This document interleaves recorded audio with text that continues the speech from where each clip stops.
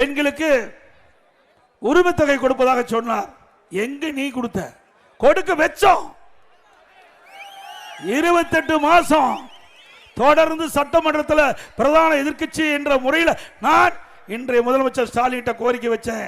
திரு ஸ்டாலின் அவர்களே, 2021 சட்டமன்ற பொதுத் தேர்தல் போது வாக்குறுதி அளித்தீர்கள்.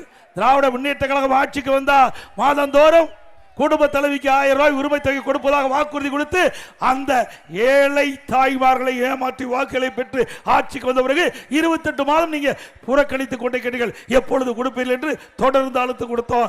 எங்களுடைய சட்டமன்ற உறுப்பினர்கள் சட்டமன்றத்தில் தொடர்ந்து இந்த அரசுக்கு அழுத்தம் கொடுத்தோம். அதிமுக பொதுக்கூட்டத்தில் தொடர்ந்து பேசணும். தொலைக்காட்சியின் வாயிலாக பேட்டி கொடுத்தேன், அறிக்கையின் வாயிலாக வெளியிட்டேன். வேற வழி இல்லாம அழுத்தம் தாங்க முடியாதுதான் மாதந்தோறும் நம்முடைய குடும்ப தலைக்கு 1000 ரூபாய் கொடுக்க வச்சது அதிமுக.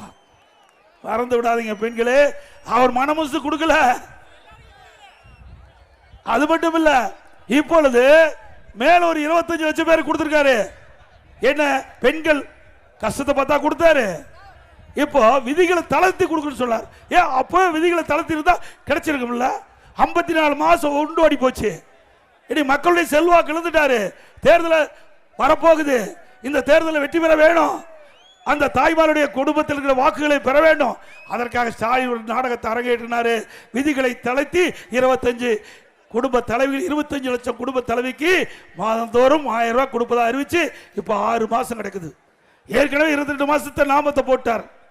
இப்ப கொடுத்தவங்களுக்கு 54 மாசம் நாமத்தை போட்டார்.